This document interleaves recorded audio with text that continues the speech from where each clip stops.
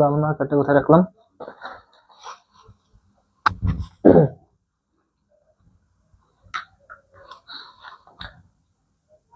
আসসালামু আলাইকুম। আজকে তোমাদের ফিজিক্সের সেকেন্ড চ্যাপ্টারটা শুরু করছি, গতির চ্যাপ্টারটা। তো এই চ্যাপ্টারে আমরা যেসব বিষয়ে আলোচনা করব, যেসব কনসেপ্টগুলো ক্লিয়ার করব এবং বিভিন্ন এমসিকিউ কোশ্চেন্স দেখব, টপিকগুলো আমি আগে লিখে রেখেছি, একটু দেখো। স্থিতি ও গতি, বিভিন্ন প্রকারের গতি, স্কেলার আর ভেক্টর রাশি, ত্বরণ মন্দন, এছাড়াও ওই যে তোমার আছে কিছু বেগ, দ্রুতি, তারপর সরণ, দূরত্ব, এরপর লাস্টে দেখবো পড়ন্ত বস্তু। এর আগেও কিছু থাকবে তোমার সমীকরণ, গতির সমীকরণ, ওটা হয়তো এখানে স্কিপ হয়ে গিয়েছে, ঠিক আছে।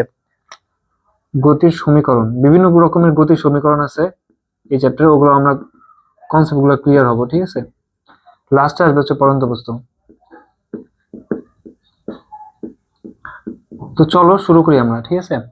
প্রথম যে টপিক, স্থিতি আর গতি। আচ্ছা, স্থিতি কি আর গতি কি, এখান থেকে ডিরেক্ট একটা এমসিকিউ দিতে পারে এরকম, মানে এই কনসেপ্টটার উপর, যে সময়ের সাথে কোনো বস্তুর যদি অবস্থানের পরিবর্তন হয় তাকে আমরা বলি বস্তুটা গতিশীল, ঠিক আছে, বা বস্তুটার গতি রয়েছে। আর সময়ের সাপেক্ষে কোনো একটা বস্তুর যদি অবস্থানের পরিবর্তন না হয় তাহলে আমরা তাকে বলতেছি বস্তুটা স্থির বা বস্তুটা স্থির অবস্থায় রয়েছে।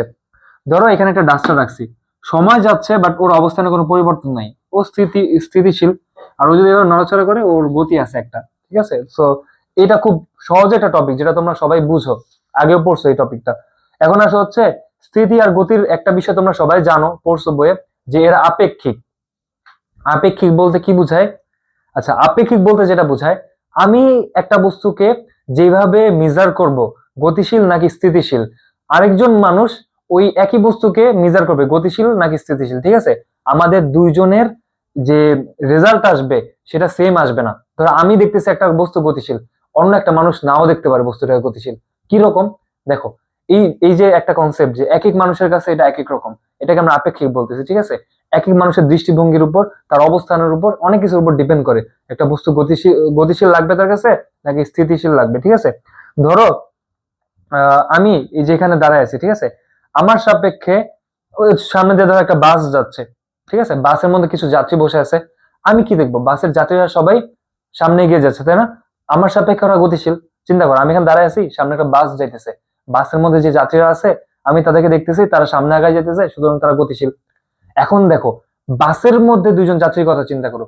একজন যাত্রী আরেকজন যাত্রীর দিকে যদি তাকায়, সে দেখবে সে তার সামনে বসে আছে। ধরো একটা সিটে বসে রয়েছে একজন মানুষ, এই সিটে একজন বসে রয়েছে, তার সামনের সিটে আরেকজন বসে রয়েছে, বুঝছো? এখানে যে বসে রয়েছে, এখানে যে বসে রয়েছে, দেখো বাস আগায়, দুইটা সিটই তো আগাইতেছে সাথে। তো ও দেখবে যে ও আগের জায়গায় আছে, ও কোনো নড়াচড়া করতেছে না, বুঝছো? তার মানে এই যাত্রীর সাপেক্ষে এই যাত্রী কোনো নড়াচড়া হইতেছে না, বা ও একই জায়গায় বসে আছে, ঠিক আছে। তো আমরা এটাকে বলতে পারি যে এই যাত্রীর সাপেক্ষে এই যাত্রী স্থির অবস্থায় আছে, তাই না? দেখছো, এই যে বাস যাত্রী যারা ছিল, দুইজনই কিন্তু আমার সাপেক্ষে গতিশীল, আবার তারা দুইজনই নিজেদের সাপেক্ষে স্থিতিশীল, ঠিক আছে। তো এই মহাবিশ্বে কোনো বস্তুই মানে পরম গতি বা পরম স্থিতিতে নাই। পরম গতি বা পরম স্থিতি বলতে কি বোঝাচ্ছি, মানে কোনো বস্তুই নাই যেটাকে সবাই বলবে গতিশীল, আবার কোনো বস্তু নাই যেটাকে সব জায়গা থেকে মনে হবে ও স্থির, বুঝছো? আচ্ছা, আরেকটা বিষয় এখানে বলে রাখি, আমি যে জায়গা থেকে এই মেজারমেন্ট গুলো করতেছি, ধরো আমি রুমের মধ্যে থেকে এই হিসাব নিকাশ করতেছি, বাসের যাত্রী ওরা কি গতিশীল নাকি স্থির। তো এই আমার যে জায়গাটা নিয়ে আমি আসি, এটাকে আমরা বলতেছি প্রসঙ্গ কাঠামো, ইংলিশে বলে রেফারেন্স ফ্রেম, ঠিক আছে, অথবা ফ্রেম অফ রেফারেন্স। তো এটাকে বাংলায় বলে আমরা প্রসঙ্গ কাঠামো, যাকে আমরা যার সাপেক্ষে বের করতেছি, বুঝছো? এখানে আমার সাপেক্ষে, তো আমি হচ্ছে এখানে কি প্রসঙ্গ কাঠামো, আমার সাপেক্ষে যখন বাস যাত্রীদের হিসাব করতেছি। আবার যখন বাস যাত্রীরা একজন আরেকজনকে হিসাব করতেছে, যার সাপেক্ষে আমরা বের করতেছি, তাকে আমরা বলি প্রসঙ্গ কাঠামো, বুঝছো? আচ্ছা, তো দেখো, যেটা বলতেছিলাম যে মহাবিশ্বে কোনো জিনিসই পরম স্থিতিশীল না, কোনো বস্তুই পরম গতিশীল না, বা পরম স্থিতি বা পরম গতি বলতে কিছু নাই। এর মানে কি, কোনো বস্তু এমন নাই যেটা সবার কাছে গতিশীল, ঠিক আছে, কারো না কারো সাপেক্ষে স্থির হবে। এখন বলতে পারো যে হচ্ছে পৃথিবীর কথা, ঠিক আছে, পৃথিবীতে আমরা দেখতেছি সবসময় স্থির। তো আমাদের সাপেক্ষে একটা গাছের কথা চিন্তা করো, গাছ তো জায়গায় থাকে, গাছ তো নড়াচড়া করে না, তো ওই গাছটা তো অবশ্যই মনে হবে যে স্থির।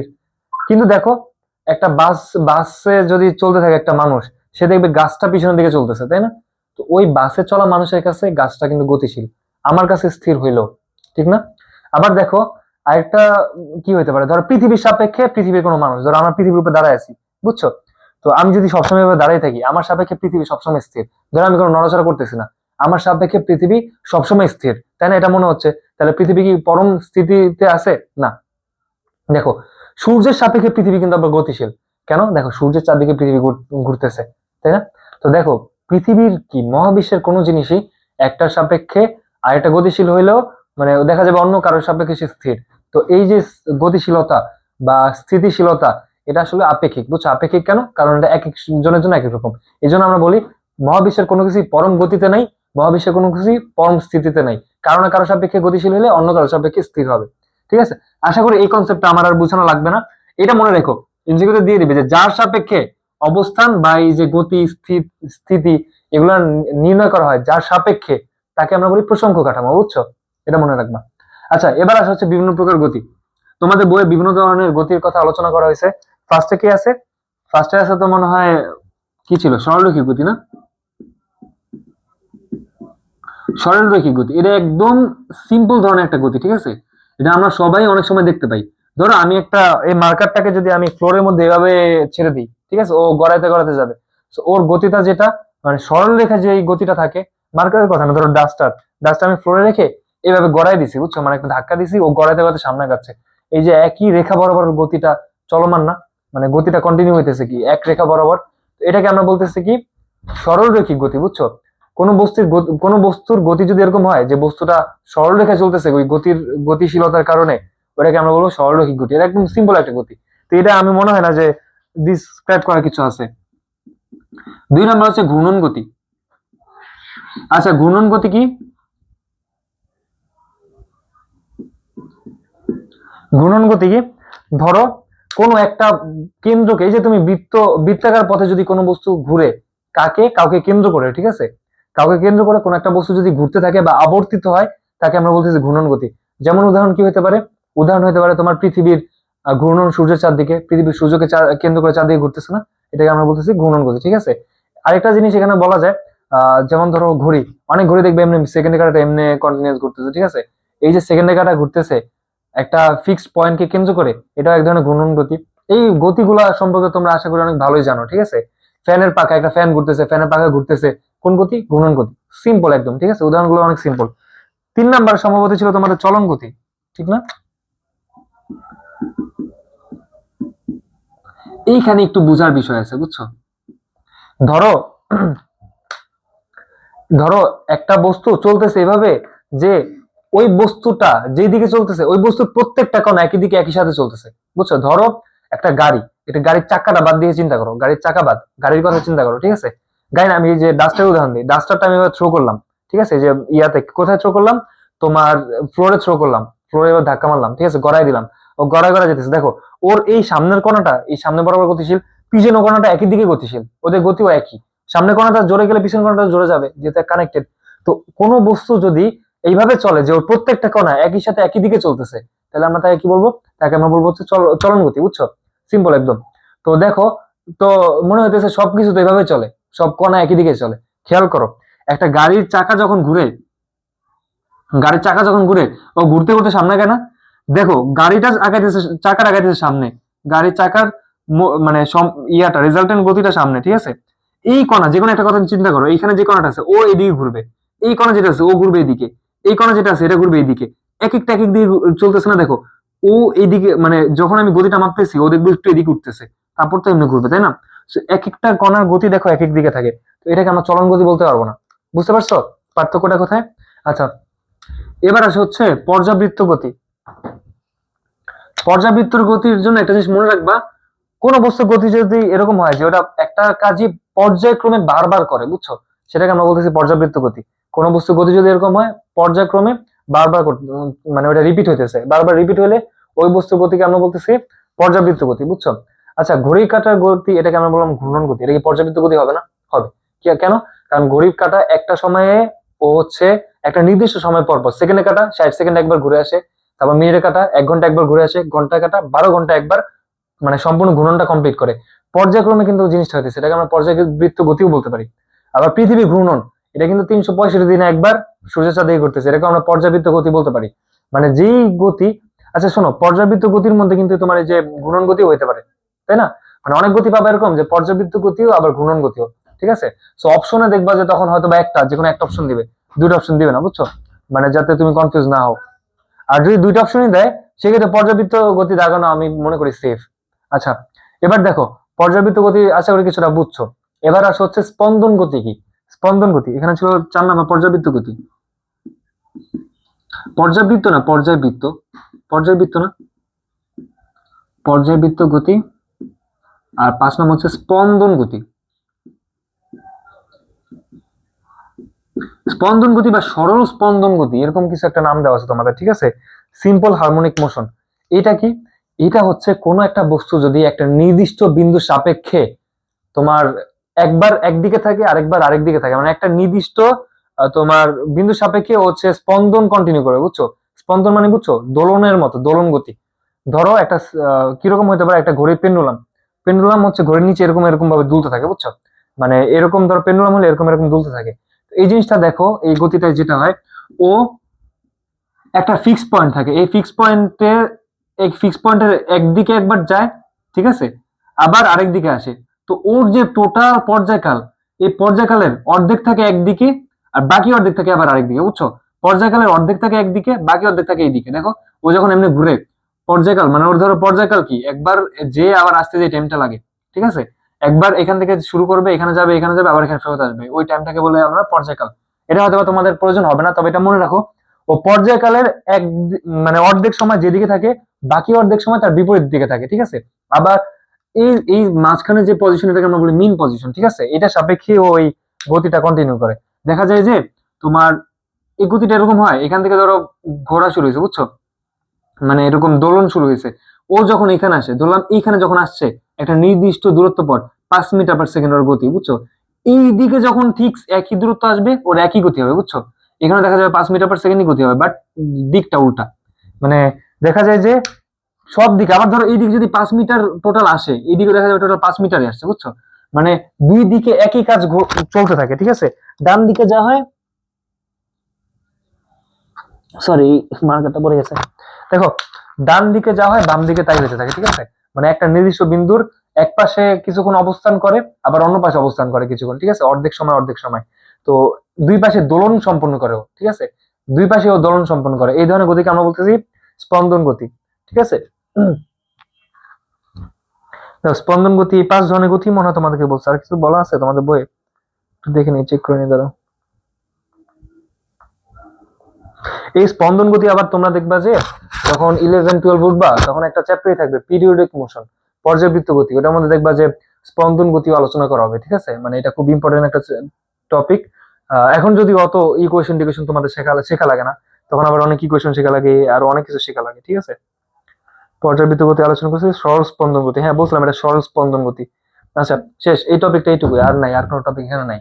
এটা একটু মনে রাখবা। আচ্ছা, আমাদের হার্টবিট কোন ধরনের গতি? হার্টবিট, দেখো ও আমাদের হার্টটা মানে পাম্প যখন করতেছে, এটা মনে রাখা হচ্ছে স্পন্দন গতি বা দোলন গতির মধ্যে হয়। যদি কোনো এমসিকিউ চলে আসে, ওইটা দাগাবা, ঠিক আছে?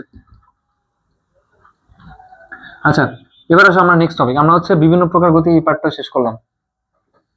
স্কেলার রাশি আর ভেক্টর রাশি, এখানে একটু বোঝার ব্যাপার আছে। স্কেলার আর ভেক্টর, ভেক্টর সম্পর্কে তোমরা হয়তো হায়ার ম্যাথে একটা চ্যাপ্টার পাচ্ছ কিছু পড়ার জন্য, ওখানে একটু হালকা কনসেপ্ট আছে তোমাদের। তো ভেক্টর আর স্কেলার যদি পার্থক্য এক কথায় বলতে চাই, ধরো আমি 5 কেজি আমের সাথে আরো 2 কেজি আম যোগ করলাম, ঠিক আছে? আমার মোট ওর ভর হবে কত? 5 কেজি আর 2 কেজি 7 কেজি। ধরো আমি 5 কেজি, ধরো আমার এখানে 5 কেজি আম এখানে নিচে রাখছি, উপরে রাখছি 2 কেজি, ঠিক আছে? বলো ওটার মোট ভর কি? 7 কেজি হবে না? 5 যোগ 2 7। আচ্ছা, আবার দেখো, আমি যদি এরকম করি, 2 কেজি রাখলাম নিচে, 5 কেজি আম রাখলাম উপরে, ঠিক আছে? উপরে রাখছি 5, নিচে রাখছি 2, টোটাল ভর কত হবে? 5 2 7 কেজি না? তুমি যেভাবে যোগ করো না কেন, নর্মাল যোগের নিয়ম কিন্তু মেনে চলতেছে। কিন্তু অন্যদিকে একটা জিনিস চিন্তা করো, ধরো আমার কাছে একটা কিছু একটা আছে, ঠিক আছে? এটা ধরো এটা একটা পৃষ্ঠ কিছু, ঠিক আছে? ধরো এটা একটা বই, ধরে নাও, হ্যাঁ, এটা বই বা কিছু একটা, আমি এই দিক থেকেও ধাক্কা দিচ্ছি, এই দিক থেকেও আরেকজন ধাক্কা দিচ্ছে, এই দিক থেকে কেউ একজন 10 নিউটনের ধাক্কা দিতেছে, এদিক থেকে একজন 5 নিউটনের ধাক্কা দিতেছে, ঠিক আছে। এখন কি হবে বলো, এই দিক থেকে 10 নিউটন ধাক্কা দিতেছে, এদিক থেকে 5 নিউটন ধাক্কা দিতেছে। ও কি করবে, ও হচ্ছে এটা একটা লব্ধি বল এই বরাবর পাবে। সেটা কি, ও এই 10 নিউটন যেহেতু ধাক্কা দিতেছে, এদিক থেকে 10, এদিক থেকে 5, এই 10 এই 5 কে কাটাই ফেলবে। 5 কে কাটানোর পর বাকি 5 যে অবশিষ্ট আছে অতটুকু বল ও এই দিকে ফেস করবে, বুঝছো। এদিকে 10, এদিকে 5, এই 5 ওর 10 এর সাথে কাটাকাটি করে এদিকে থাকবে হচ্ছে শুধু 5, মানে 5 নিউটন বলে ওই দিক থেকে এইদিকে যাইতে থাকবে, বুঝছো। মানে ওর মধ্যে লব্ধি হবে এই দিকে 5 নিউটন বল। এই দেখো আমি যখন দুইটা জিনিস দুই দিক থেকে দিতেছি, দুইটা এই 10 আর 5 দুইটা বল যোগ করলে কি হইতেছে, 10 থেকে 5 বিয়োগ করতে হইতেছে না, লব্ধি বের করার জন্য কি 10 থেকে 5 বিয়োগ করতে হইতেছে, ঠিক আছে। আবার দেখো আমরা যদি একই দিক থেকে 10 আর 5 নিউটন ধাক্কা দিই, ঠিক আছে, ধরো এখান থেকে 10 নিউটন দিলাম, 5 নিউটন দিলাম, ও অনেক বেশি ধাক্কা পাবে।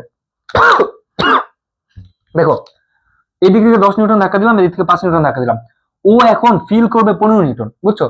এই যে এই 5 নিউটন একবার এদিকে ছিল, তখন এই বস্তুটা ফিল করছে 5 নিউটন, এই 5 নিউটন আবার যখন এদিকে আনছি তখন ও ফিল করতেছে 15 নিউটন। এই বলের দিকটা পরিবর্তন করার জন্য পুরা ওর উপরে যে বল, ও যে বলটা ফিল করতেছে ওই বলটাই পরিবর্তন হয়ে গেল, বুঝছো। ওর উপরে যে লব্ধি বলটা সেটাই পরিবর্তন হয়ে গেছে। তো এই ধরনের রাশিকে আমরা বলি ভেক্টর রাশি, যেখানে দিকটা ইম্পর্টেন্ট। আমি যখন দুইটা বস্তু ভর যোগ করি, আমি যে দিক থেকে ডানে বামে রেখে যেখানে রেখে যোগ করি না কেন, দুইটা ভর কি হবে, যোগ হবে, ডিরেক্ট নরমাল যোগ। এগুলা হচ্ছে স্কেলার রাশি, এটা দিকের উপর নির্ভর করে না, বা এটা কোনো নির্দিষ্ট দিক নাই। আবার দেখো আমি যখন এই যে বল, কোন বস্তুর উপর বল প্রয়োগ হয়েছে ওইটা লব্ধি কিরকম হবে বা রেজাল্টেন্ট কোন দিকে হবে, ওইটা কিসের উপর নির্ভর করতেছে, দিকের উপর। আমি কোন দিক থেকে ধাক্কা দিতেছি, বুঝতে পারছো, বা কোন দিক থেকে টান দিতেছি, কোন দিক থেকে বল প্রয়োগ করতেছি, এগুলোর উপর নির্ভর করে। মানে ভেক্টর রাশি হওয়ার জন্য শর্ত ওর মানও থাকবে, দিকও থাকবে, আর স্কেলার রাশির শুধু মান থাকবে। এটা খুব ভালো করে মনে রাখবা, ঠিক আছে। ভেক্টর রাশির মান আর দিক দুইটা থাকবে, স্কেলার রাশির শুধুমাত্র মান থাকবে, দিক থাকবে না। আরেকটা এক্সাম্পল কি হতে পারে, দেখো আমরা যে সবাই পড়ি এটা যে স্মরণ হচ্ছে ভেক্টর রাশি, এটা মনে রাখবা। স্মরণ হচ্ছে ভেক্টর রাশি, দ্রুতি স্মরণ আর হচ্ছে একটা কি বলে আমরা দূরত্ব, দূরত্ব হচ্ছে স্কেলার রাশি, ঠিক আছে। দুইটার মধ্যে পার্থক্য কি, ধরো একটা মানুষ এখানে ছিল প্রথমে, হ্যাঁ, তো এখান থেকে ওই দিকে গেছে 4 মিটার, এখানে গেছে 4 মিটার, 4 মিটার যাওয়ার পর ওর মনে হলো যে না আমার একটু উপরের দিকে যেতে হবে। তো এখানে এসে ও আবার নিজের দিকটা পরিবর্তন করে এখানে আবার 3 মিটার আসলো, বুঝছো, 90 ডিগ্রিতে ঘুরে এখানে আবার 3 মিটার আসছে, ঠিক আছে, 3 মিটার। বলো তো ও কতটুকু দূরত্ব অতিক্রম করছে, ফার্স্টে 4 মিটার গেছে আবার 3 মিটার গেছে, দূরত্ব কতটুকু অতিক্রম করছে, 7 মিটার, 4 3 7 নর্মাল, এটা স্কেলার নর্মাল যোগ হয়ে গেল। কিন্তু যদি বলি ওর স্মরণ কতটুকু হয়েছে, তখন কিন্তু 7 হবে না। চিন্তা করো, ও ছিল এখানে, হ্যাঁ, তো এইখানে থাকার পর ওর সর্বশেষ ওর অবস্থান হচ্ছে এইখানে, বুঝছো। তার মানে ও সরল রেখা বরাবর কতটুকু দূরত্ব অতিক্রম করছে, সরল রৈখিক কতটুকু দূরত্ব অতিক্রম করছে, মানে ও কতটুকু সরছে। এক কথা বলতে গেলে দেখো ও প্রথমে ছিল এখানে, লাস্টে আছে এখানে, ও সরছে কতটুকু, সরল রৈখিক ভাবে যদি এই হিসাবটা করো যে ও কতটুকু সরছে, তাহলে এটা কি যেটুকু না, মানে ওর সর্বশেষ যে পজিশনটা অবস্থান আর প্রথম যে পজিশন ছিল তার মধ্যে সরলরৈখিক দূরত্ব কত, এটা না, এইটা হচ্ছে কত হবে দেখো, পিথাগোরাসের সূত্র অনুযায়ী এটা যদি 4 হয়, এটা যদি 3 হয়, আমরা জানি যে ভূমির স্কয়ার যোগ লম্বর স্কয়ার সমান অতিভুজ স্কয়ার। তো এটা হবে হচ্ছে তোমার, দেখো এটা ধরলাম এক্স, তার আমরা জানি এক্স স্কয়ার সমান 3 স্কয়ার যোগ 4 স্কয়ার, ঠিক আছে, 3 স্কয়ার প্লাস 4 স্কয়ার। তো এক্স স্কয়ার আসবে 25 আর এক্স আসবে 5, তার মানে এই বাহুটার মান হচ্ছে 5, ঠিক আছে। তার মানে ওর স্মরণ কত মিটার, ওর স্মরণ হচ্ছে 5 মিটার, স্মরণ হচ্ছে 5 মিটার। সাথে এখানে একটা কোণ তৈরি করছে, এই কোণটাও উল্লেখ করতে হবে, ঠিক আছে, যে এত কোণে 5 মিটার ওর স্মরণ হয়েছে, যেহেতু এটা দিক আছে এখানে আমরা কোণটাকে দিক হিসেবে বিবেচনা করবো, ঠিক আছে। আর এই কোণটা বের করা যায়, তোমার দেখো এখানে একটা ট্যান থিটা যদি হিসাব করি, ট্যান থিটা সমান এই যে ভূমি বাই লম্ব, তো ট্যান থিটা সমান 3/4, তো থিটা সমান কি হবে, ট্যান ইনভার্স 3/4, মানে হচ্ছে ওর একটা দিক থাকে, বুঝছো। দেখো আমরা বলি ট্যান থিটা সমান ভূমি বাই লম্ব, না লম্ব বাই ভূমি, ট্যান থিটা সমান লম্ব বাই ভূমি, লম্ব 3 ভূমি 4, তো 3/4, হ্যাঁ। তো থিটা সমান কি হবে বলতো, থিটা সমান হচ্ছে ট্যান ইনভার্স 3/4, ঠিক আছে, ট্যান ইনভার্স 3/4। এটা হচ্ছে ক্যালকুলেটরে বসালে একটা অ্যাঙ্গেল পাবা, সম্ভবত এটা কত 37 ডিগ্রি এরকম আসার কথা, ঠিক আছে, এটা সম্ভবত 37 ডিগ্রি আসে, এটা 53 ডিগ্রি আসে। তো হচ্ছে কতটুকু সরছে, 53 ডিগ্রি, 53 ডিগ্রিতে 5 মিটার সরছে, ঠিক আছে। ওর একটা দিক আছে, দিকটা কি আমরা যে কোনটাকে বললাম দিক, দিক হিসেবে বিবেচনা করলাম। তো মেইন কথা এখান থেকে যেটা মনে রাখবা, তোমাদের হয়তো এই লেভেলের কোশ্চেন এমসিকিউ দিয়ে দিতে পারে, যে স্মরণ হচ্ছে কি সরল রৈখিক দূরত্ব, স্মরণ কি সরল রৈখিক দূরত্ব, বুঝছো। ধরো একটা বস্তু চলতেছে, একটা এর মুছে দিই, স্মরণ হচ্ছে সরল রৈখিক দূরত্ব, বুঝছো। স্মরণ কিভাবে বের করবো? ধরো একটা বস্তু এমনি এমনি এমনি এমনি যায় যায় এইভাবে আসছে, এই পর্যন্ত আসছে, ওর দূরত্বটা কিভাবে পাবো? এই যে ছোট ছোট দূরত্ব সব যোগ করে যে দূরত্ব পাবো ওইটা হচ্ছে ওর আসল দূরত্ব, অনেক বেশি। ধরো এখানে এইভাবে যাইতেছে, অনেক দূরত্ব অতিক্রম করতেছে না, এটা হচ্ছে ওর দূরত্ব। আর স্মরণ বের করবো কিভাবে? স্মরণ বের করার একটাই টেকনিক, ওর যে চূড়ান্ত যে অবস্থান, ওইখান থেকে আদি যে অবস্থান, এর মধ্যে একটা সরলরেখা টানবা, বুঝছো? চূড়ান্ত যে অবস্থান আর আদি যে অবস্থান ছিল, ওইখানে একটা সরলরেখা টানলে আমরা কি পাই? সরলরৈখিক ও কতটুকু দূরত্ব অতিক্রম করছে, সরলরেখা বরাবর কতটুকু দূরত্ব অতিক্রম করছে, এই সরলরৈখিক দূরত্ব যেটা, এটাই স্মরণ, বুঝছো?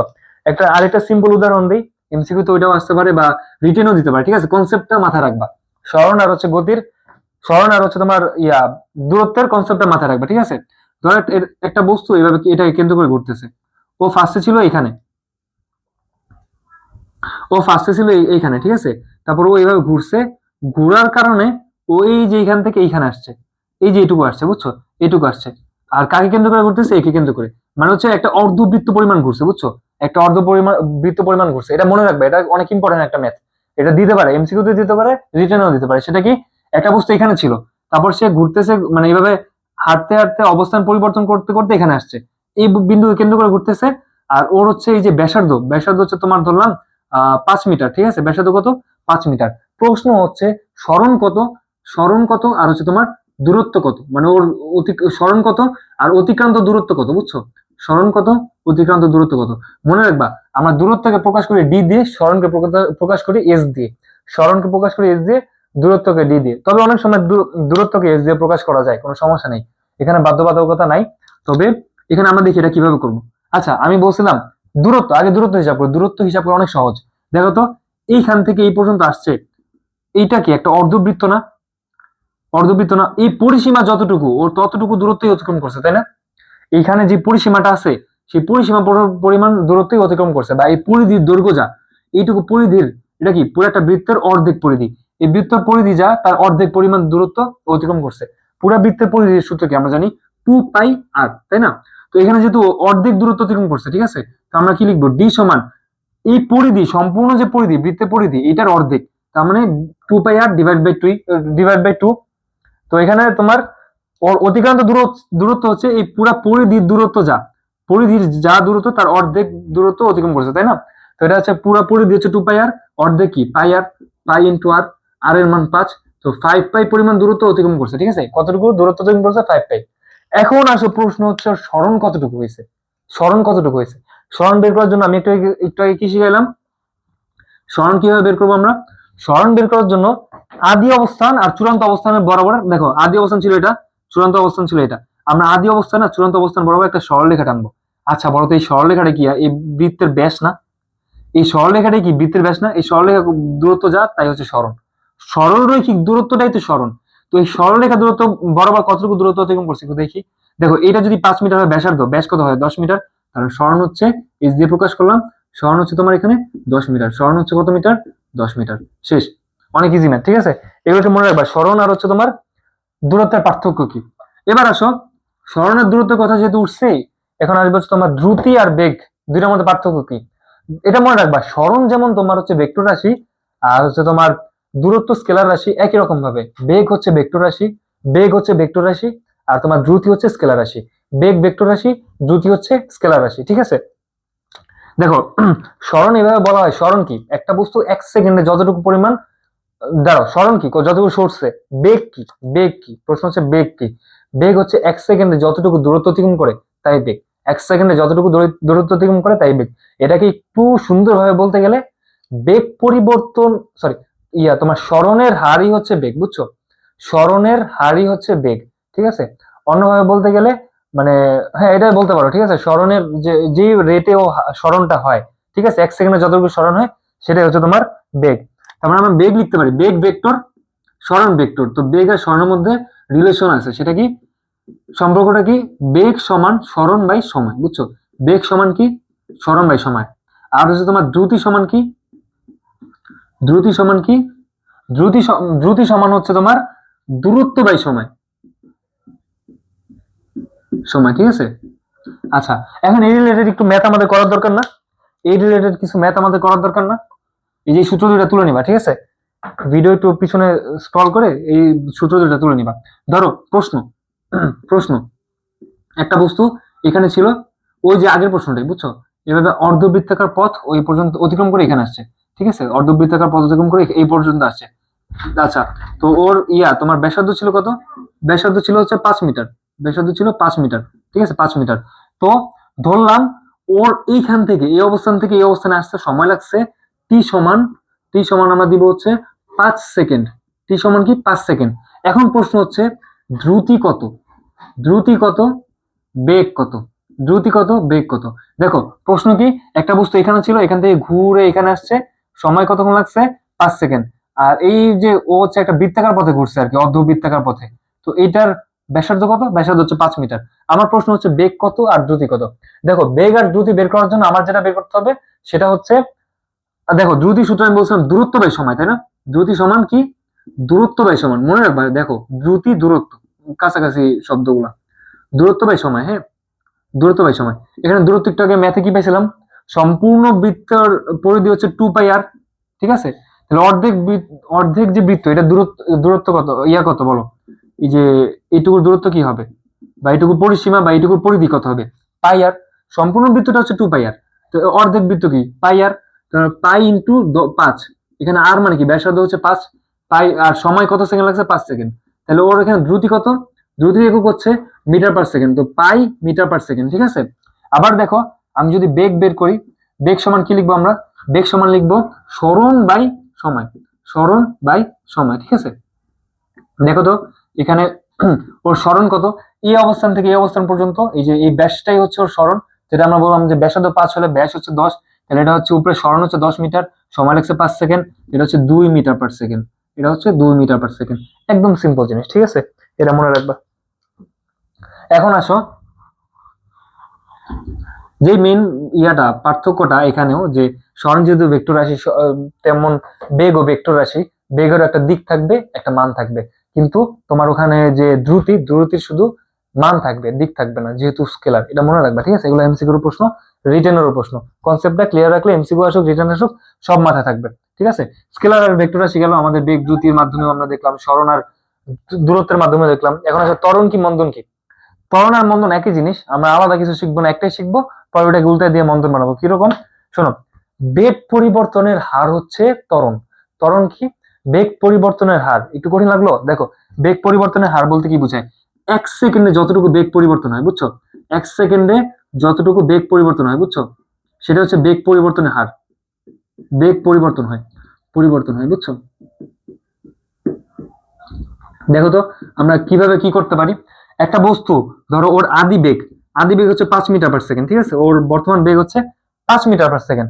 আমি 5 সেকেন্ড পর ওর বেগ হিসাব করলাম, কয় সেকেন্ড পর? এটা 5, এটা s, একই রকম লাগছে। দেখো 5 সেকেন্ড পর ওর বেগ আমরা হিসাব করলাম, হিসাব করে পাইলাম যে ওর বেগ এখন 30 মিটার পার সেকেন্ড। তার মানে ও এই 5 সেকেন্ড পর্যন্ত কি ওর বেগ বৃদ্ধি পাইছে না? ও কিন্তু একই বেগে চলতেছে না। ফার্স্টে আমরা ওর বেগটা হিসাব করে দেখলাম 5 মিটার পার সেকেন্ড, 5 সেকেন্ড পর বেগ হিসাব করে দেখি 30 মিটার পার সেকেন্ড। তার মানে ওর বেগ বৃদ্ধি পাইছে। এখন বেগ কতটুকু বৃদ্ধি পাইছে বলো? বেগ বৃদ্ধি পাইছে কতটুকু? বেগ কতটুকু বৃদ্ধি পাইছে? বেগ বৃদ্ধি বা বেগের বৃদ্ধি, এটা কত হবে? এটা হবে 30 - 5, মানে 25 মিটার পার সেকেন্ড। এতটুকু বেগ ওর বৃদ্ধি পাইছে, ঠিক আছে। এখন আমরা বুঝছি কি, ত্বরণ হচ্ছে বেগ বৃদ্ধির হার। ত্বরণ কি? বেগ বৃদ্ধিটা ত্বরণ না, ত্বরণ কিন্তু 25 না, বেগ বৃদ্ধির হার, মানে 1 সেকেন্ডে কতটুকু বেগ বৃদ্ধি পায়, বেগ বৃদ্ধির হার ত্বরণ। দেখো বেগের বৃদ্ধি হচ্ছে 25 মিটার পার সেকেন্ড, তো বেগ এই বৃদ্ধির হার কত বলো? বেগ বৃদ্ধির হার কি? 1 সেকেন্ডে কতটুকু বেগ বৃদ্ধি পাইছে, সেটাই বেগ বৃদ্ধির হার। 5 সেকেন্ডে বৃদ্ধি পাইছে 25 মিটার পার সেকেন্ড, 1 সেকেন্ডে বেগের বৃদ্ধি কত বলো? এটা কি 5 সেকেন্ডে বেগের বৃদ্ধি এটা, তাহলে 1 সেকেন্ডে বেগের বৃদ্ধি কত? 25/5, তাই না? মিটার পার সেকেন্ড সমান কত বলো? সমান হচ্ছে 5 মিটার পার সেকেন্ড, সমান হচ্ছে কি 5 মিটার পার সেকেন্ড। তার মানে ও ত্বরণ হচ্ছে 5 মিটার পার সেকেন্ড। এক কথায় মনে রাখবা, 1 সেকেন্ডে যতটুকু বেগ বৃদ্ধি পায় তাই হচ্ছে ত্বরণ। আবার উল্টাটা যদি হয়, ধরো এখানে উল্টা কেস হলো, উল্টা কেস কি, এখানে হচ্ছে তোমার ফার্স্টে ওর বেগ ছিল 25 মিটার পার সেকেন্ড, 5 সেকেন্ড পর হিসাব করলাম, হিসাব করে দেখি ওর বর্তমান বেগ হচ্ছে তোমার 5 মিটার পার সেকেন্ড। এখানে কি বেগ কমছে না? এখানে কি বেগ কমছে না? তো এখানে বেগের বৃদ্ধি না, এখানে কি হবে? বেগের হ্রাস। বেগ হ্রাস পাইছে কতটুকু বলো? এখানে বেগ হ্রাস পাইছে কত? ফার্স্টে ছিল 25, পরে হয়েছে 5, বেগ হ্রাস পাইছে কত? 20 না? বেগ হ্রাস পাইছে 20 না? তাহলে দেখো 5 সেকেন্ডে বেগ হ্রাস পাইছে 20 মিটার পার সেকেন্ড, 1 সেকেন্ডে কতটুকু বেগ হ্রাস পাইছে বলো? 20/5 মিটার পার সেকেন্ড, অর্থাৎ 4 মিটার পার সেকেন্ড। ঠিক আছে, 4 মিটার পার সেকেন্ড। তাইলে 1 সেকেন্ডে ওর বেগ হ্রাস পাইছে হচ্ছে 4 মিটার পার সেকেন্ড করে। ঠিক আছে, তার মানে ওর এটাকে আমরা ত্বরণ বলবো না, ত্বরণ বলে বলবো -4। কেন? কারণ এটা হ্রাস পাইছে। ঠিক আছে, আচ্ছা তাহলে এটাকে বলবো আমরা মন্দন। মন্দন, মন্দন কি? বেগ হ্রাসের হারকে মন্দন বলে, উল্টা কেস, বুঝছো? ত্বরণে খালি উল্টা। তাহলে এখানে মন্দন কি হবে? মন্দন হচ্ছে 4 মিটার পার সেকেন্ড স্কয়ার। শোনো, তুমি ত্বরণ বলো বা হচ্ছে তোমার মন্দন বলো, এগুলার একক হচ্ছে metre per second square. Metre per second square, এটা কিভাবে লেখা যায়? মিটার পার সেকেন্ড স্কয়ার এভাবে লেখা যায়, অথবা এভাবে মিটার পার সেকেন্ড স্কয়ার, দুইভাবে লেখা যায়। Metre metre second inverse two অথবা মিটার পার সেকেন্ড স্কয়ার, দুইভাবে লেখা যায়। ঠিক আছে, তো আশা করি ত্বরণ আর মন্দন দুইটাই বুঝছো। আচ্ছা এখানে কি আমরা লিখতে পারতাম না ত্বরণ? ত্বরণ কত? আচ্ছা মন্দন যদি 4 হয় তাহলে ত্বরণ কত হবে? ত্বরণ হয় -4 মিটার পার সেকেন্ড স্কয়ার।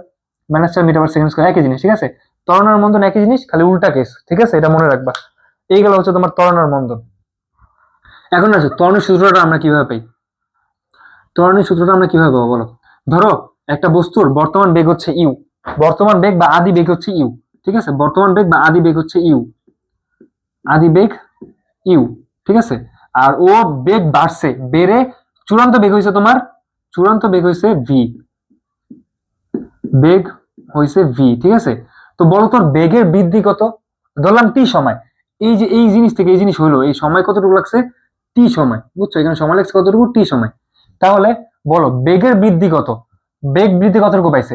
ফার্স্টে ছিল ইউ, পরে হচ্ছে ভি, তাহলে ভি থেকে ইউ বাদ দিলে আমরা পাবো না কতটুকু বেগ বৃদ্ধি পাইছে।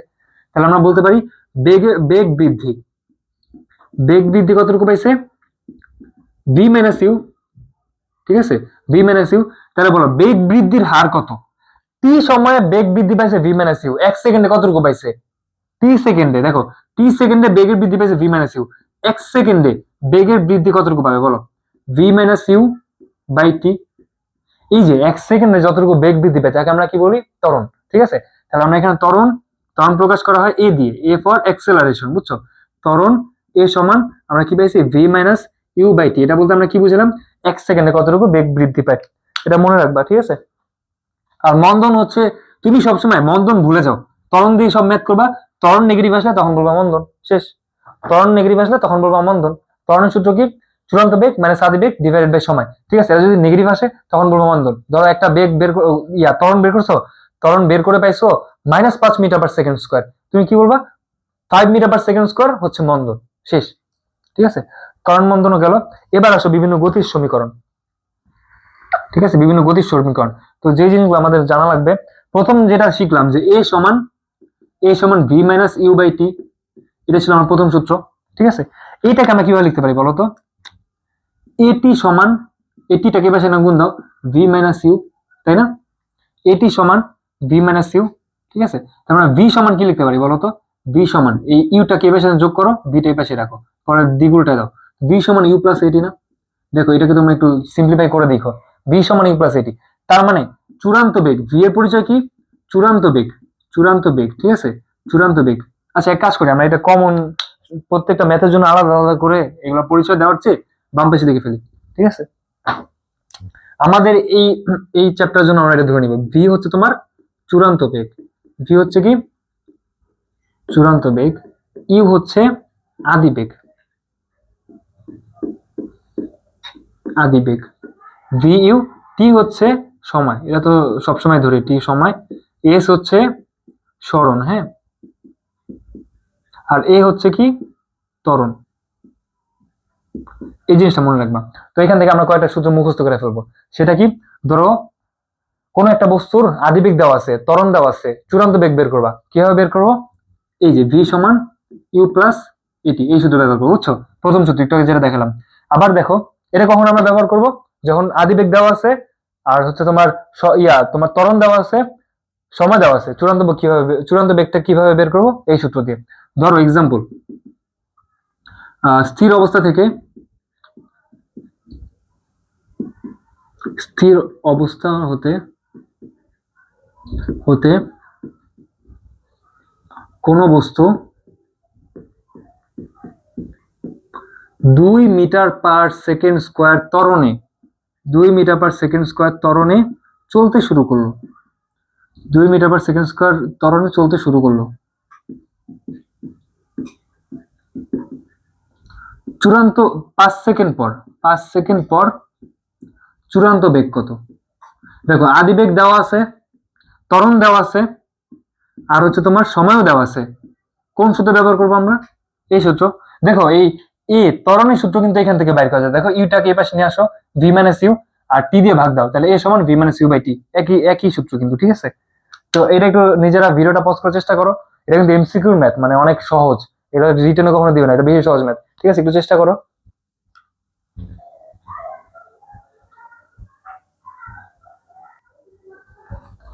আচ্ছা দেখো, হয়তো অনেকে চেষ্টা করছো, পারছো, অনেকে হয়তো পারছো, অনেক সহজ ম্যাথ। সিম্পলি করে ফেলবো। ভি সমান you plus AT. U plus এটি, ভি কি চূড়ান্ত বেগ, ইউ কি আদি বেগ। আদি বেগ কত ছিল? আদি বেগ হচ্ছে স্থির অবস্থা, যেহেতু আদি বেগ 0 ছিল, ঠিক আছে? স্থির অবস্থা মানে কি, ওর আদি বেগ 0। চলতে শুরু করছে, ত্বরণ হচ্ছে 2, 5 সেকেন্ড চলছে, 2 গুণ 5, তার মানে হচ্ছে 10 মিটার/সেকেন্ড। এটা হচ্ছে চূড়ান্ত বেগ। শেষ, এই ম্যাথ এখানে শেষ। সহজ ম্যাথ, ঠিক আছে? আচ্ছা, এখন দেখো একই ম্যাথ, এই ম্যাথটা থেকে, ম্যাথটা আমি মুছবো না, পরে একটা সূত্র শিখাই। সেটা কি? ত্বরণে থাকা কোনো বস্তুর সরণ কিভাবে বের করবো। মানে একটা বস্তু যদি একই বেগে চলতে থাকে, একই বেগে যদি চলতে থাকে, আমরা জানি কি এসি ইকুয়ালস টু ভিটি। একই বেগে যখন চলবে আমরা S equals to VT. V কি বেগ, টি হচ্ছে সময়। এটা কখন? সমবেগে থাকা কোনো বস্তু, এটা কি সমবেগ, সমবেগের জন্য, বুঝছো? সমবেগের জন্য। আর যখন ত্বরণ থাকবে তখন আমরা এস এর সূত্রটা কি শিখি? ত্বরণ থাকা অবস্থায় এটা মনে রাখবা, এস সমান ইউটি প্লাস হাফ এটি স্কয়ার। এস সমান কি? ইউটি প্লাস হাফ এটি স্কয়ার। এস এর সূত্র কি? যখন ত্বরণ আছে, একটা বস্তুর মধ্যে ত্বরণ থাকলে তখন এই সূত্র দিয়ে করবা, ইউটি প্লাস হাফ এটি স্কয়ার, ঠিক আছে? ইউটি প্লাস হাফ এটি স্কয়ার, ঠিক আছে? অথবা এটা কিভাবে লিখতে পারো, u plus V divide by two, you plus V divide by two into t, এভাবে লিখতে পারো, ঠিক আছে? কোনো সমস্যা নেই, দুইটা যে কোনো একটা দিয়ে করলেই হবে। তো আমরা দেখি এখানে 5 সেকেন্ড পর চূড়ান্ত বেগ না চেয়ে আমরা বললাম যে 5 সেকেন্ড পর সরণ কত, 5 সেকেন্ডে সরণ কত, এটা বের করতে বলবো, বুঝছো? 5 সেকেন্ডে বস্তুর সরণ কত, ঠিক আছে? এটা আমরা বাই করবো। আচ্ছা, এই ম্যাথটাকে কিভাবে করবো? একদম সিম্পল, আগের মতোই। দেখো দেখো আগের মতো করতে গেলে ইউটি প্লাস হাফ এটি স্কোয়ার, এসি কস ইউটি প্লাস হাফ এটি স্কোয়ার, এই সূত্র দিয়ে করে ফেলবো। ইউ এর মান কত ছিল? 0। ইউ এর মান ছিল 0। টি এর মান কত? 5। ইটি প্লাস হাফ, হাফ এ ত্বরণের মান কত? 2, হাফ এ টি স্কোয়ার, টি এর মান কত? 5, 5 সেকেন্ড, এর উপর একটা স্কোয়ার, তাহলে এটা অ্যান্সার কি আসবে? হাফ আর 2 কাটা যাবে, 25 মিটার, ঠিক আছে? 5 সেকেন্ডের সরণ কত? 25। এখন দেখো তো, এই সূত্র দিয়ে এই ম্যাথটা করছি, এই সূত্র দিয়ে কি ম্যাথটা করা উচিত না? করতে পারা উচিত না? একটু চেষ্টা করি তো। দেখো ওর আদি বেগ ছিল 0, হ্যাঁ। ভি কি? চূড়ান্ত বেগ। চূড়ান্ত বেগ একটু আগে বের করছিলাম, চূড়ান্ত বেগ তুমি চাইলে বের করতে পারো। এই ম্যাথটা এই সূত্র দিয়ে করা ভালো, কারণ তোমার চূড়ান্ত বেগটা বের করা লাগতেছে না কষ্ট করে। বাট আমরা চাইলে তো চূড়ান্ত বেগ বের করতে পারি। আগে ম্যাথে বের করছিলাম, 5 সেকেন্ডের চূড়ান্ত বেগ কত ছিল? 10 ছিল না? 10। U plus V divide by 2 into time কত? টাইম হচ্ছে 5 সেকেন্ড। দেখো 10 divide by 5, 10 divide by 5, sorry 10 divide by 2, এটা আসবে 5 ইন্টু 5, এটাও 25 মিটার আসবে। তুমি যেভাবে করো 25 মিটার, ঠিক আছে? 25 মিটার। আশা করি এটা সহজ ম্যাথ, পারবা। আচ্ছা, তাহলে আমাদের একটা সূত্র পেলাম V equals to you plus AT, আর একটা পেলাম এসি ইকুয়ালস টু ভিটি। এটা কখন? সমবেগ। আর বস্তু যখন ত্বরণ থাকবে তখন সরণের সূত্র কি? S equals to you plus half এটি স্কয়ার, অথবা S equals to you plus V divide by 2 into T, ঠিক আছে? আচ্ছা, এখন আসে হচ্ছে এগুলো হচ্ছে নরমাল গতির সমীকরণ, ঠিক আছে? এগুলো হচ্ছে কি আমাদের নরমাল গতির সমীকরণ। এখন যদি কোনো বস্তু উপর থেকে নিচে পড়ে বা নিচ থেকে আমরা উপরে নিক্ষেপ করি, তখন এই সূত্রগুলোর রূপ কিরকম হবে? দেখো এই একই সূত্রই আমরা মুখস্থ করবো, বুঝছো? দেখো AC equals to ut plus half at square না? AC equals to ut plus half at square. AC equals to ut plus half at square. দেখো ধরো কোনো বস্তু উপর থেকে নিচে পড়তেছে, তো ও যে দূরত্ব অতিক্রম করে ওটাকে আমরা s বলবো না, তখন আমরা বলবো উচ্চতা। তখন আর সরণ বলবো না, তখন কি বলবো? s এর জায়গায় লিখবো h। h বলতে কি বোঝায়? উচ্চতা। তো উচ্চতা সমান ওই সেম সূত্র, ut প্লাস হাফ। দেখো ত্বরণ, পৃথিবীর জন্য ত্বরণ কত হয় বলো তো? পৃথিবীর যে মহাকর্ষ কি বলে এটাকে, অভিকর্ষ ত্বরণ, সেটার মান কত? সেটা আমরা জি দিয়ে প্রকাশ করি না, 9.8। সো এখানে বলবো হাফ জিটি স্কোয়ার, এর জায়গায় বসাবো জি, আর দূরত্ব জায়গায় বসাবো এইচ। এইচ কেন? কারণ এটা উচ্চতা বলি আমরা। এইটাকে দূরত্ব বলতে পারো, তুমি এটাকে সরণও বলতে পারো, কিন্তু এটাকে আমরা এইচ বলবো কি উচ্চতা। কেন? কারণ হচ্ছে উপর থেকে নিচে পড়লো, এইটার জন্য এই এইচ ইউজ করাটাই কনভিনিয়েন্ট, ঠিক আছে। তো আমরা এই সূত্রের মুখস্থ করবো UT plus half GT square. এখন দেখো এটা কি উপর থেকে নিচে পড়লে, এটা কি কোনো বস্তু উপর থেকে নিচে পড়লো, ঠিক আছে, উপর থেকে নিচে পড়লে, উপর থেকে নিচে পড়লে এই সূত্র। আর দেখো নিচে থেকে উপর যদি আমরা নিক্ষেপ করি, নিচে থেকে উপর, আচ্ছা উপর থেকে নিচে আরো কয়েকটা সূত্র দেখা দিই। উপর থেকে নিচে পড়লে আমাদের একটা সূত্র বলছিলাম না, V equals to you plus AT, U plus AT. দেখো এইটা যেহেতু নিচে পড়তেছে ত্বরণ, এর মান কি ত্বরণ না, নিচে পড়তেছে ওই ত্বরণটা কি অভিকর্ষ ত্বরণ, ওইটা মান কি জি বা 9.8। সো ভি এর মান লিখবো আমরা ইউ প্লাস জিটি। উপর থেকে নিচে পড়লে আমরা এইচ এর সূত্র লিখবো u t plus half GT square, আর চূড়ান্ত বেগ হচ্ছে ইউ প্লাস জিটি, শেষ। হ্যাঁ, আর যখন নিচে থেকে উপরে নিক্ষেপ করব, নিচে হতে উপরে নিক্ষেপ করবো, ঠিক আছে, উপরে নিক্ষেপ, নিক্ষেপ, তখন কি হবে, এইচ সমান UT minus half GT square. এটা মনে রাখবে, UT minus half GT square. এখানে মাইনাস কেন আসছে? কারণ দেখো আমরা যখন নিচ থেকে উপর নিক্ষেপ করি তখন ত্বরণটা নিচের দিকে কাজ করে। ত্বরণ যেহেতু ভেক্টর রাশি, উপর দিকে প্লাস হলে নিচের দিকে মাইনাস দিতে হয়, ঠিক আছে। H equals to UT minus half GT square, আর ভি সমান ইউ মাইনাস জিটি। এখানে আর ইউ প্লাস এটি হবে, জিটি হবে না, এটা হবে ইউ মাইনাস জিটি। আগের সূত্রগুলো খালি একটু মডিফাই করা হয়েছে, এগুলা মুখস্থ করে ফেলবা, ঠিক আছে। দেখো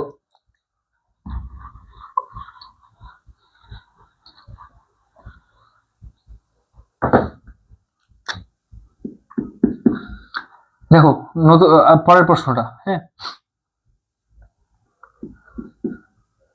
আচ্ছা তোমাদের আরেকটা সূত্র আমরা মনে মিস করে গেছিলাম, সেটা হচ্ছে সেটা হচ্ছে চূড়ান্ত বেগ, সরণ আর হচ্ছে আদিবেগের সম্পর্ক। সেটা কি?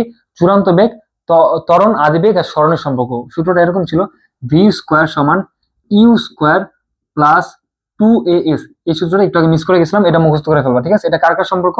এটা হচ্ছে তোমার সরণ। দেখো এখানে কিন্তু সময়ের কোনো রাশি নাই, খেয়াল করছো?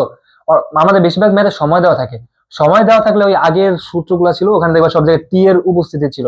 এই সূত্রে কিন্তু টি নাই, খেয়াল করছে? এখানে টি এর জায়গায় কি আছে? সরণ। মানে এটা হচ্ছে সরণের সাথে আদিবেগ, চূড়ান্ত বেগ আর ত্বরণের সম্পর্ক, ঠিক আছে। এখানে সম্পর্কটা স্থাপন করতেছে সময়ের জায়গায় সরণ, হ্যাঁ। তো এই সূত্রটা মনে রাখবা, ঠিক আছে, এই সূত্রটা ইম্পর্টেন্ট। তো এই সূত্রটা যদি আমরা ওই যে তোমার পরন্ত বস্তুর জন্য হিসাব করি, একই নিয়ম, ভি স্কোয়ার সমান উপর থেকে নিচে পড়ার সময় ইউ স্কোয়ার প্লাস 2a এর জায়গায় জিএস, জি এইচ বলি না আমরা, এস এর জায়গায় কি আমরা এইচ লিখি, কারণ এটা উচ্চতা আর এটা হচ্ছে সরণ। আর ভি স্কোয়ার সমান ইউ স্কোয়ার মাইনাস 2gh। এটা কখন? নিচ থেকে উপর থ্রো করলে, এটাকে উপর থেকে নিচে পড়ার সময়। আর এটা কি? নিচ থেকে উপরে থ্রো করলে, এটা মনে রাখবে, ঠিক আছে। নিচ থেকে উপর থ্রো করলে এটা, উপর থেকে নিচে পড়ার সময় এটা। ওই সবগুলো প্রায় একই রকম, খালি পরিবর্তন কি হয় জানো? এটা মনে রাখবা, ওই সূত্রগুলো এখানে আমরা ইউজ করি। খালি ওখানে এস এর জায়গায় আমরা বসাই হচ্ছে এইচ, ওইখানকার এর জায়গায় আমরা বসাই হচ্ছে জি। এটা মনে রাখবা, জি এর ক্ষেত্রে আবার দুইটা চিহ্ন আছে। জি যখন উপরে ওঠে তখন হচ্ছে পজিটিভ, উপরে উঠলে পজিটিভ, আর নিচে নামলে তখন জি হচ্ছে নেগেটিভ হয়, ঠিক আছে। ওই সূত্রগুলো রিপ্লেস করতে পারবা। আরেকটা পরিবর্তন করছি কিছু, আর না এই দুইটা পরিবর্তন করলে হয় আমাদের, ঠিক আছে। এস আর এস এর জায়গায় এইচ লিখি, এর জায়গায় জি লিখি। তবে জি এর আবার আমরা দুই রকম মান ব্যবহার করি, যখন কোনো বস্তু উপর থেকে নিচে পড়ে তখন প্লাস ধরি জি কে, আর যখন নিচ থেকে উপরে যায় তখন আমরা জি কে নেগেটিভ ধরি। এটা মনে রাখতে হবে, ঠিক আছে। দেখো প্রশ্ন, প্রশ্ন তোমার 39.2 মিটার পার সেকেন্ড বেগে নিক্ষিপ্ত নিচে হতে ভূমি হতে, ঠিক আছে, বেগে ভূমি হতে নিক্ষিপ্ত বস্তুর সর্বোচ্চ উচ্চতা কত? ভূমি হতে নিক্ষিপ্ত বস্তুর, নিক্ষিপ্ত বস্তুর সর্বোচ্চ উচ্চতা, মানে ও সর্বোচ্চ কত উচ্চতায় উঠবে ওইটাই প্রশ্ন, ঠিক আছে। সর্বোচ্চ উচ্চতা কত, মানে ও কত উচ্চতায় উঠবে, ঠিক আছে। দেখো খুব সহজ, এখানে কি, এখানে দিছে মানে কত মিটার পার সেকেন্ডে আমি নিক্ষেপ করছি ওইটা দিয়ে দিছে। এখন সর্বোচ্চ কতটুকু উচ্চতায় উঠবে ওইটা আমরা জানি না। বলতো আমরা এখানে জানি কি কি? প্রথমে আমরা আদি বেগ জানি, ঠিক আছে, আদি বেগ জানি। আদি বেগ কত? 39.2 মিটার পার সেকেন্ড। এই বেগে আমি নিক্ষেপ করছি, এটা আদি বেগ। চূড়ান্ত বেগ কত বলো? ও যখন এভাবে উঠতেছে, একটা বস্তু এখানে উঠে একটা সময় গতি জিরো আবার নিচে পড়ে, দেখো এমনি মারছি, এখানে এসে জিরো হয় আবার নিচে নামে, এবার উঠে একটা সময় জিরো আবার নামে। সর্বোচ্চ উচ্চতা যখন ওঠে তখন ওর গতি জিরো, তারপর নামা শুরু করে, তাই না? তো সর্বোচ্চ উচ্চতায় ওর ভি এর মান কত হয়? 0 মিটার পার সেকেন্ড, তাই না? সর্বোচ্চ উচ্চতায় ভি এর মান 0, মানে এভাবে উঠতেছে গতি 0, তারপর আবার নিচে নামে, এরকম। আচ্ছা দেখো ত্বরণ কত বলতো? এখানে ত্বরণ কত, অভিকর্ষ ত্বরণ ত্বরণ আমরা জানি সেটা হচ্ছে জি সমান 9.8, তাই না? জি এর মান কত 9.8। তো আমরা এটা নিচ থেকে উপরে থ্রো করছি, দেখো ইউ জানি, ভি জানি, জি জানি, আমার বের করতে হবে কি সরণ, উচ্চতা কি সরণ, সরণের সাথে ত্বরণ, তারপর আদিবেগ, তারপর চূড়ান্ত বেগ, এটা সম্পর্ক স্থাপনকারী ইকুয়েশন কোনটা, এই যেটা ভি স্কোয়ার সমান ইউ স্কোয়ার মাইনাস 2gh। এখানে দেখো আমার ভি স্কোয়ার মান কত 0, তো এই 2gh টাকে এই পাশে নিয়ে আসি, 2gh এটা সমান ইউ স্কোয়ার, কেন, কারণ এটার মান হচ্ছে আমার 0, ভি এর মান 0 হলে ভি স্কোয়ার মান 0। তাহলে বলো তো এইচ এর মান কত হবে, এইচ সমান ইউ স্কোয়ার বাই 2g। এটা তোমরা সূত্র হিসেবে মনে রাখতে পারো, বুঝছো, ডিরেক্টলি করবা। যদি আদিবেগ দেওয়া থাকে তাহলে উচ্চতা সর্বোচ্চ কত উচ্চতা উঠবে, ওটা সূত্র হচ্ছে H equals to U square by 2g। ঠিক আছে, এইচ ইকুয়ালস টু কি ইউ স্কোয়ার বাই 2g, মান বসে দাও, ইউ স্কোয়ার মান কত 39.2 স্কোয়ার ডিভাইড বাই 2 ইন্টু 9.8, ঠিক আছে, 2 ইন্টু 9.8। আচ্ছা এটা বের করতে পারবো না আমার যতটুকু মনে আছে। আচ্ছা এটা একটু ক্যালকুলেশন করে ফেলো, ঠিক আছে, কত আসে, মানে এটা ক্যালকুলেশন করে ফেলো। এই ম্যাথ গুলো পারবা না, আশা করি পারবা, ঠিক আছে।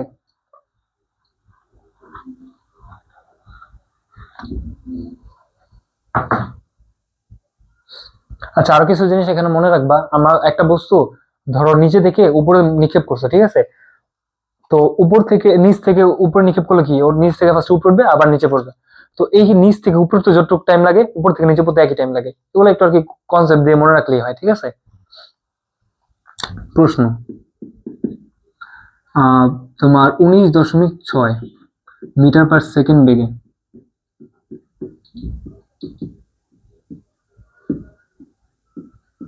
নিক্ষিপ্ত বস্তুর বিচরণ কাল কত, বিচরণ কাল কত, এখানে প্রশ্ন করছে বিচরণ কাল। বিচরণ কাল কি, বিচরণ কাল বলতে বোঝায় ও বাতাসে বা এই যে বাতাসের মধ্যে বা হাওয়ায় কতক্ষণ অবস্থান করবে, বুঝছো। তো দেখি আমি 19.9 মিটার পার সেকেন্ড ওকে এই বেগে ওকে আমি নিক্ষেপ করছি, ও কি করবে বলো, এখানে ধরো আমি এখান থেকে নিক্ষেপ করছি, উপরে উঠবে আবার নিচে পড়বে, এই যে উপরে উঠতেছে আর নিচে পড়তেছে মোট যে সময়টা, ওই সময়টাকে আমরা বলতেছি বিচরণ কাল, ঠিক আছে। তো আমি বলছি যে নিচ থেকে উপরে উঠতে যতক্ষণ সময় লাগে উপর থেকে নিচে পড়তে একই সময় লাগে, ঠিক আছে। তো আমরা একটা কাজ করি, একটা বাইর করি যে নিচ থেকে উপরে উঠতে কতক্ষণ সময় লাগছিল, ঠিক আছে, তাহলে আমরা বের করে ফেলতে পারবো উপর থেকে নিচে পড়তে ঠিক তত সময় লাগছিল, তো দুইটা যোগ করে দিব। দেখো নিচ থেকে উপরে উঠছে, এখান থেকে আমি নিক্ষেপ করছি কত বেগে 19.6 মিটার পার সেকেন্ডে, ঠিক আছে। উপরে উঠা এর বেগ কত হবে, দেখো এখান থেকে 19.6 অনেক জোরে উঠতেছে, তারপরে উঠে এখানে জিরো হচ্ছে আবার নামতেছে, তাই না। তো এইখানে এসে কি ওর বেগ জিরো হয়ে যায় না, এখানে এসে বেগ জিরো হয়ে যায় না। তো দেখি এখানে উঠতে কতক্ষণ সময় লাগছে, দেখো আমি আদি বেগ জানি ই সমান 19.6, ভি সমান হচ্ছে 0, আদি বেগ জানি, চূড়ান্ত বেগ জানি, আর এইখানে যেহেতু এটা নিচ থেকে উপরে মারছে, নিচ থেকে উপরে মারছে, তার মানে আমি এর ত্বরণও জানি, ত্বরণ কত -9.8 ধরি আমরা, ঠিক আছে। তাহলে আমরা বলো তো সময় বের করবো কোন সূত্র দিয়ে, দেখো মনে আছে তোমাদের এই সূত্রটা, ভি সমান ইউ প্লাস এটি, যেহেতু আমরা উপর দিকে নিক্ষেপ করছি আমরা লিখবো ভি সমান ইউ মাইনাস জিটি, ঠিক আছে। ভি এর মান কত 0, ভি এর মান চূড়ান্ত বেগ, উপরে যখন উঠে যায় ওর মান 0 হয় বেগের মান, আবার নিচে পড়া শুরু করে, তো ইউ এর মান তো হচ্ছে তোমার 19.6 মাইনাস জি এর মান 9.8 ইন্টু টি, টি এর মানটা আমার বাইর করতে হবে, তাই না। তো দেখো এটাকে এই পাশে নিয়ে আসো, তার মানে হচ্ছে টি এর মান আসবে, দেখো 9.8 সমান 19.6, তো টি এর মান আসবে 19.6 ডিভাইড বাই 9.8, 9.8 এর দ্বিগুণই হচ্ছে মনে হয় তোমার হচ্ছে 19.6, তো 2 সেকেন্ড।